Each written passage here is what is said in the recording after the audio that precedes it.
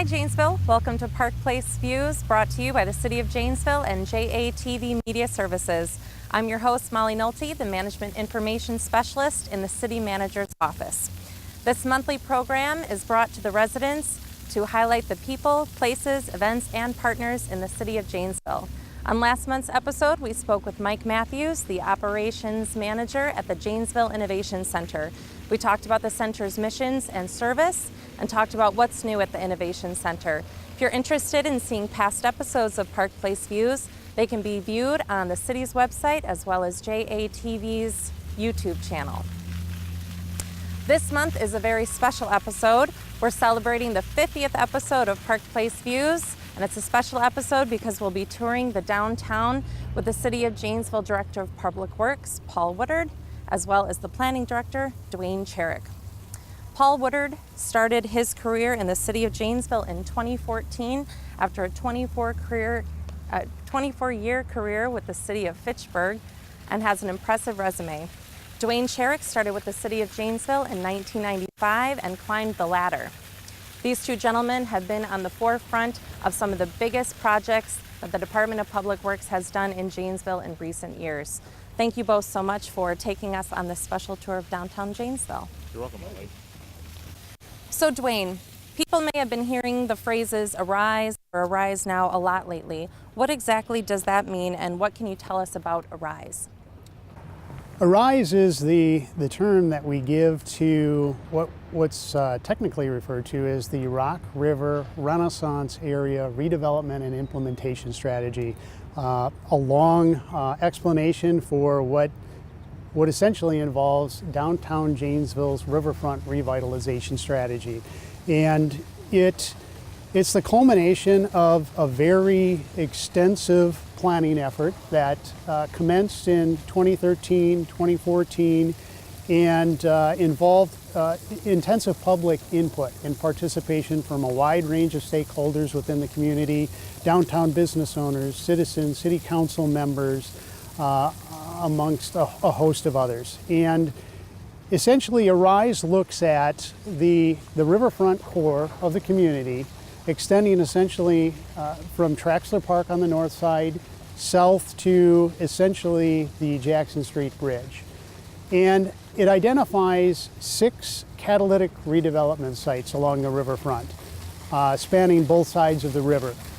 The centerpiece of Arise is the town square. And the town square essentially encompasses an area that's defined by South River Street on the west, the Milwaukee Street corridor on the north, Main Street or Water Street behind the Old Town Mall on the east, and then the Court Street corridor on the south. The Arise plan prioritizes the town square as the near-term priority, and the city has made extensive progress and efforts in improving the town square, as we'll talk about here in a bit. The other participants that are involved that have made this happen are numerous.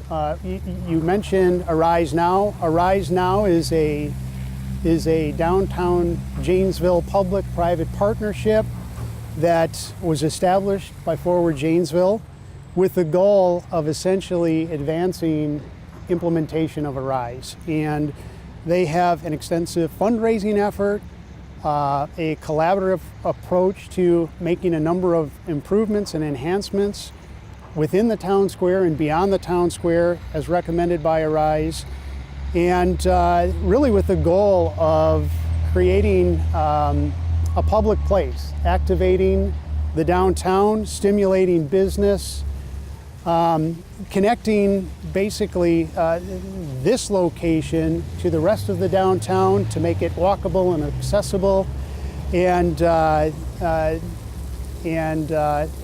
essentially taking advantage of the opportunity that we had, which was brought about with the removal of the former parking deck, the parking plaza, which was the genesis for essentially creating the Arise plan.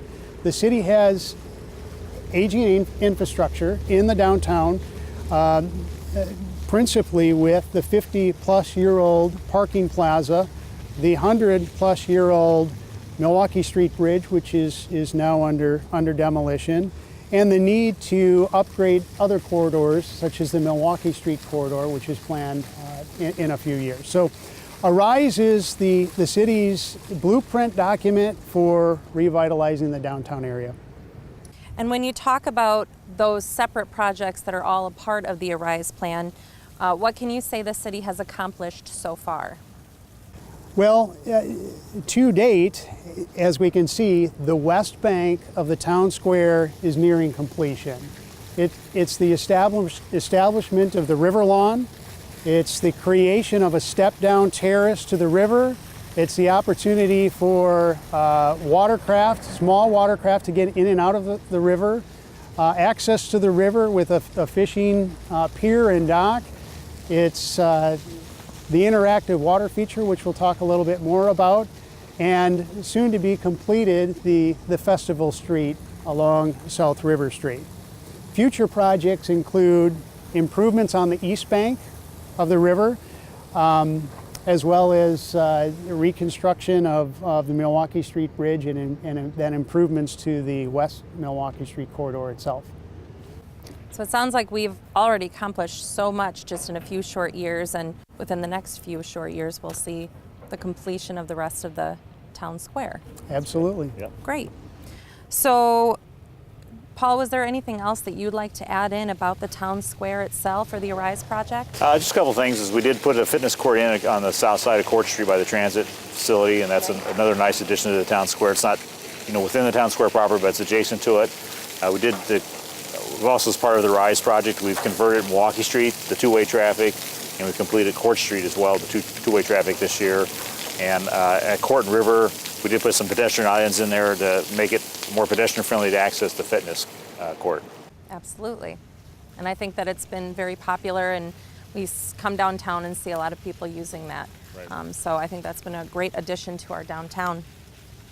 So we've touched a little bit about, the town square itself. We're standing here on the west side town square, and within that project is what we're calling the Festival Street. So it's a 2-block section on River Street between Court and Milwaukee. It's going to be used, as I understand, for community events, special gatherings. What can you tell us about the Festival Street and its many special amenities? Sure, there's a lot of neat features with the Festival Street you may not recognize as you drive down the street, but we do have set up bollards along the street, and then when we want to close the street, those bollards are removable. We can take them and move them to receptacles we got at Court Street, Dodge, and Milwaukee. So we'll be able to close the street off to pedestrian traffic, to vehicle traffic, so it's only pedestrians can be in that area. We've got a number of bollard lighting to light the paths through here. The other key feature with the street is that we have a flatter curb than typically used. It's a mountable curb, so it's kind of all one open plaza area, so if you want to have set for events out in the street, it's easily done. We have receptacles in the ground on the section between Court and Dodge, and that's so when you have food trucks or other types of activities, they can actually get electricity to plug in their vehicles.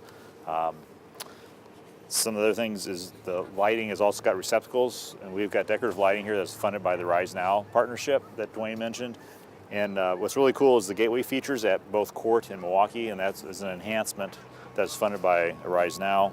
And of course, we've got the standard benches and the bike racks. Substantially more is out here than was out here before. And we've got angled parking on River Street. Again, when the street's closed off, that becomes part of the Festival Street. I think that's pretty much it. Anything else, Duane? Anything I'm missing on the River Street? Yeah, and we could talk for quite a while about some of the design aspects and functions of the street. But one thing to mention in terms of the effort to establish a Festival Street is that in the downtown area, land area is precious, and we wanted to, with the ARISE plan, create a green space on the riverfront. The benefit of having the Festival Street back up to the town square on the west side and the river lawn in particular is that it's an extension of the town square when the street is closed off to host festival events. And so it expands the area of the town square in that fashion. And as you can see, trees have not been planted on the east side of the corridor so that there's viewshed opportunities to the stage, the pavilion, the riverfront, and the activities here. The other thing I think worth mentioning with respect to town square improvements is the realignment and establishment of the Ice Age Trail and Kiwanis Trail that extends through the town square itself, extending from Court Street up to Dodge, and then extending along the river and actually cantilevered over the river, where it will then proceed north and cross the new Milwaukee Street Bridge. So there are a lot of design aspects to the Festival Street that will make this a distinctive improvement within the downtown district. I think it's safe to say that this space in Janesville is really one of a kind, and we don't have this kind of riverfront experience anywhere else in the city. So that's correct. It's a special experience. Yes. That's what we're trying to create with all the landscaping, and it's what we refer to as streetscaping. It's not only being a festival street, but all the streetscaping, which is the bike racks, the benches, and those type of amenities make it special. Absolutely. So Paul, you had touched a little bit on some of the parking improvements along River Street, and as many of us know, parking continues to be a discussion as we see so much progress and so much change in the downtown. Could either of you speak a little bit about parking and its development downtown? Sure. What we've done here on River Street, we did create 3 additional spaces on River Street with angled parking. At the Dodge Street parking lot behind us, we've got 9 additional spaces in there. And then outside this project on River Street, as it turns into Wall Street, we added 23 angled spaces, which is brand new this year. And then we've also added 5 additional spaces on Franklin. So as we look for opportunities, whether it's a project we're working on or adjoining areas, we're looking at any opportunities to add parking where we can downtown. Absolutely. Duane, do you have anything else you want to follow up on the parking? Yeah, I think Paul's exactly right. Anytime the city is engaged in a review of a development or a public improvement project, we're looking for opportunities to provide parking wherever possible. And in combination, I think through the 2-way street conversion on Milwaukee Street as well as Court Street, there were an addition of approximately 50 stalls added with the conversion. And so parking on the west side is certainly a bit more challenging than the availability of stalls on the east side. The city is cognizant of that and looking at opportunities to provide on-street and off-street parking wherever possible moving forward with development. Great. Well, continuing with our downtown special tour of Janesville, we're going to move our way along River Street so we can highlight some of the other exciting developments here on the town square. So here we are standing on the Court Street Bridge. So we've recently just undergone a very successful 2-way traffic conversion on Court Street. And as you'll notice in the background here, we're witnessing the demolition of the former Mercy Options building, which is 20 East Court Street. And we'd like to take the opportunity to have Paul and Duane talk a little bit about that building, its demolition, why it's coming down, and maybe some of the plans for that space in the future, if there are any. So from the construction standpoint, the contractor started this set up last Friday, and by yesterday, 2 days of tear down, he had the building completely down. Wow. So over the next couple of weeks, they'll be hauling out the building, the debris. So as you can see, it's a significant change. Duane, you want to talk some about sure, the purpose of it? From the planning perspective, in terms of the significance of that property as part of the Arise plan, it sits immediately across the street from the town square. It's a priority redevelopment site, and it's contiguous to other lands that are included in catalytic redevelopment areas. And so the city had the opportunity to acquire the property as part of a land assemblage process to facilitate future riverfront redevelopment along the east bank of the river south of Court Street. And the other thing that will allow us to do, now we have the property, is with the project that Duane talked about on the east side of the river, the town square, which is scheduled for 2020, we're going to be constructing a bike trail along the east side of the river. And now we have the Mercy Options building acquired, we'll be able to extend that trail further south, eventually all the way to the library and JPAC. So it's part of a longer range plan. It'll facilitate a bike pedestrian walkway along the riverfront on the east side of the river. Excellent. So it's an extension of what currently exists north of West Milwaukee Street, or East Milwaukee. Development occurs incrementally, and in terms of revitalizing downtown, there are opportunities to acquire, pieces to complete the plan over time, and this was an opportunity that the city was presented with. A project that's connected to the Festival Street and the West Side Town Square is what's called the Doty Mill Alley Beautification Project.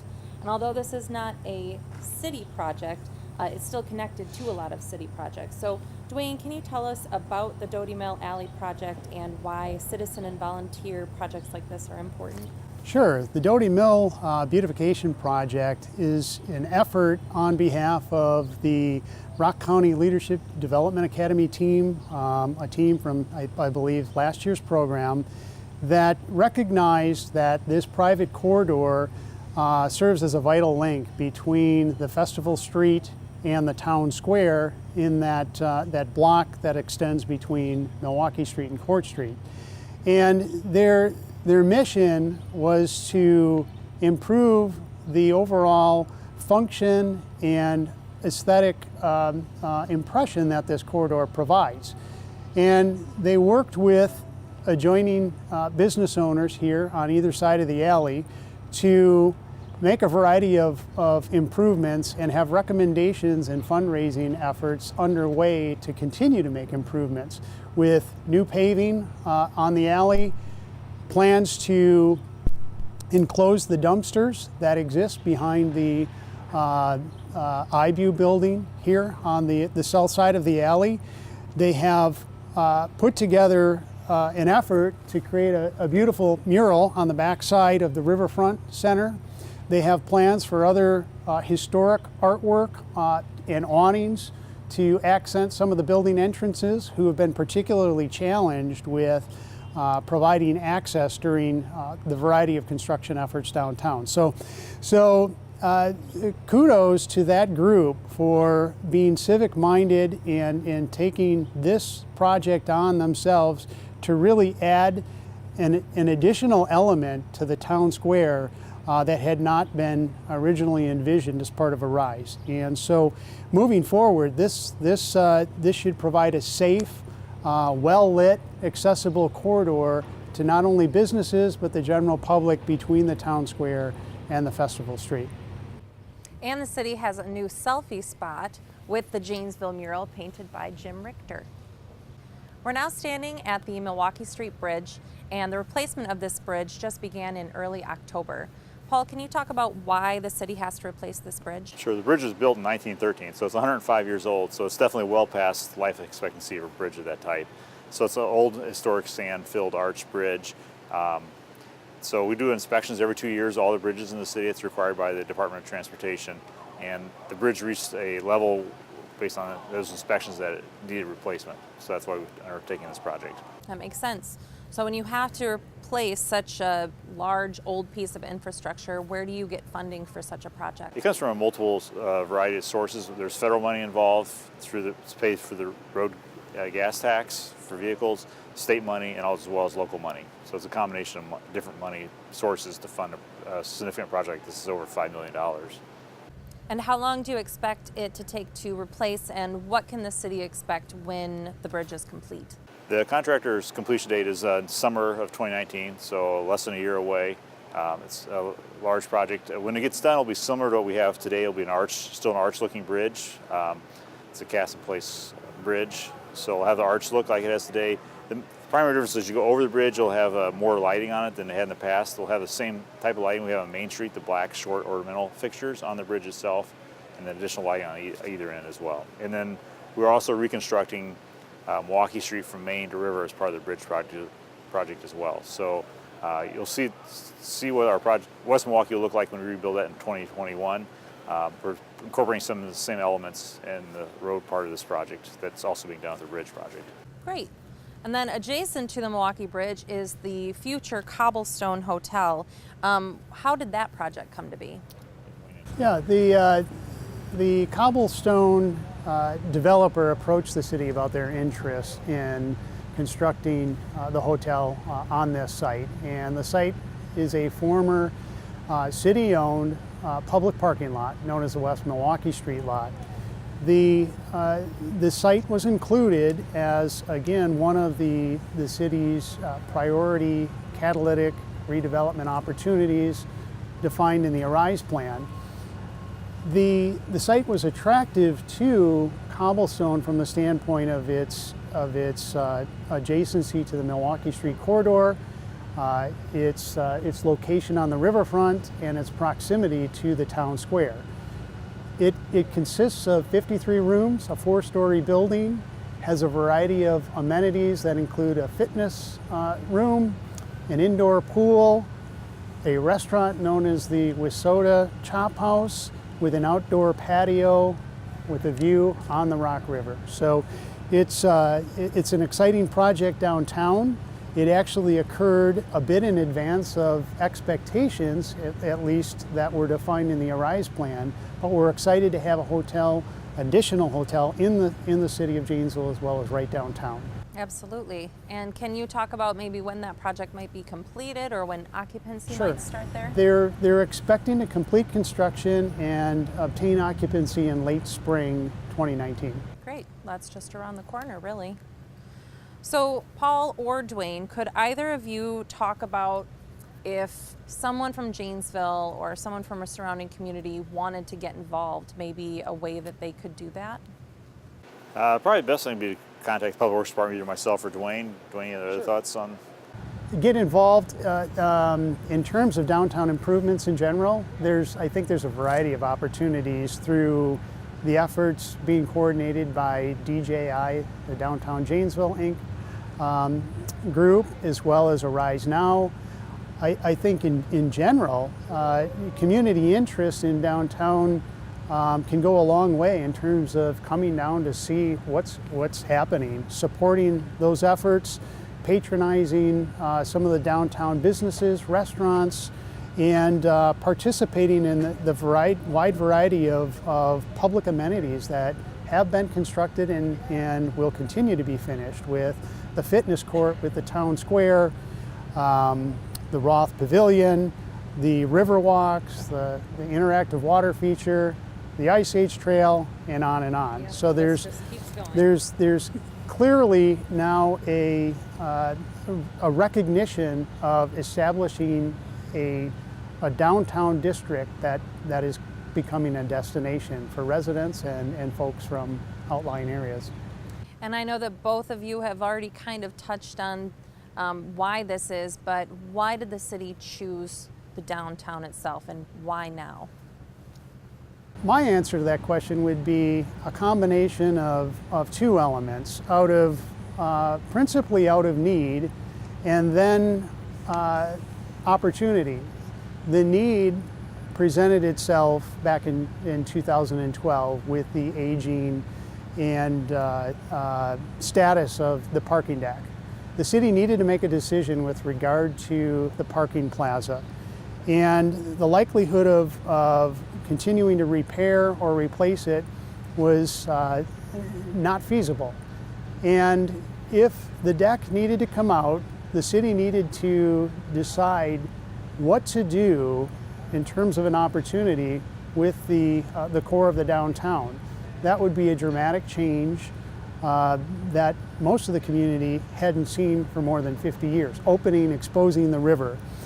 Additionally, the time was right to address the aging Milwaukee Street Bridge and really take a hard look at how downtown Janesville could be revitalized, taking advantage of the Rock River, a natural amenity that most communities don't have the luxury or benefit of utilizing. And community-wide, there was support at that time to improve downtown, to create a downtown attraction, to make use of the river in a variety of ways. And that led to the city applying for an EPA-funded brownfield area-wide plan that allowed us to establish Arise. and basically set forth a strategy to strategically identify steps and priorities and funding associated with downtown's transformation. So it's really a great story that that fundamentally involves public-private partnerships. This is all about partnerships. Folks such as the Leadership Development Academy, to Forward Janesville, to DJI, to downtown business owners, and the community as a whole. And last but not least, I think it's critical to mention that that the state and federal government assisted in funding through the award of grant dollars for a variety of the improvements, not only the bridge and the bike trail extension, but the town square as well, and removal of the deck itself. So the city has put together a plan, followed the plan to the extent possible, and been successful in implementing much of what we see today. I think one of the key changes too, Duane, is the fact that now the community is embracing the river. It's becoming kind of the core part. I think that's really a key element of this whole thing. We're embracing the river and making it available for people to see and utilize better than it has in the past. Absolutely. Yep. Well, in addition to all of the many city projects that we're seeing happening, progressing here in the downtown, do either of you have any insight maybe about some non-city projects, or have any ideas of maybe things that might happen within the next couple of years? Well, I think there's a lot of private developers with all the partnerships that Duane's talked about. There's going to be a lot of interest downtown. A lot of projects are being discussed right now with multiple developers. So I think you'll see some exciting projects in the next year. I think it's a little early to announce anything right now, but I think we're seeing a lot of discussions with developers, and I'm confident we're going to get a lot of developments happening in the next year. One of the goals with Arise was to stimulate private reinvestment, and that would be on the heels of much of the public infrastructure upgrades and amenities that are being provided, and that's what we're noticing with the building behind us here, the Cobblestone Hotel, and other private development interests in housing, in mixed use in the downtown. So it's an exciting time, and we look forward to a number of good things to come in the next 12 months. And if anyone from the city or the surrounding communities needed to learn more about Arise or wanted to reach out to both of you, how might they do that? The best way is through our city website. Our email addresses are on there. That's probably the best way to get a hold of us.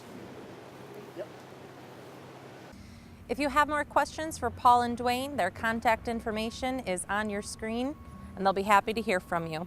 Thank you to Paul Woodard and Duane Cherek for taking us on this special tour of the downtown for our 50th episode. It's been great to highlight the amazing work and progress being done in downtown Janesville.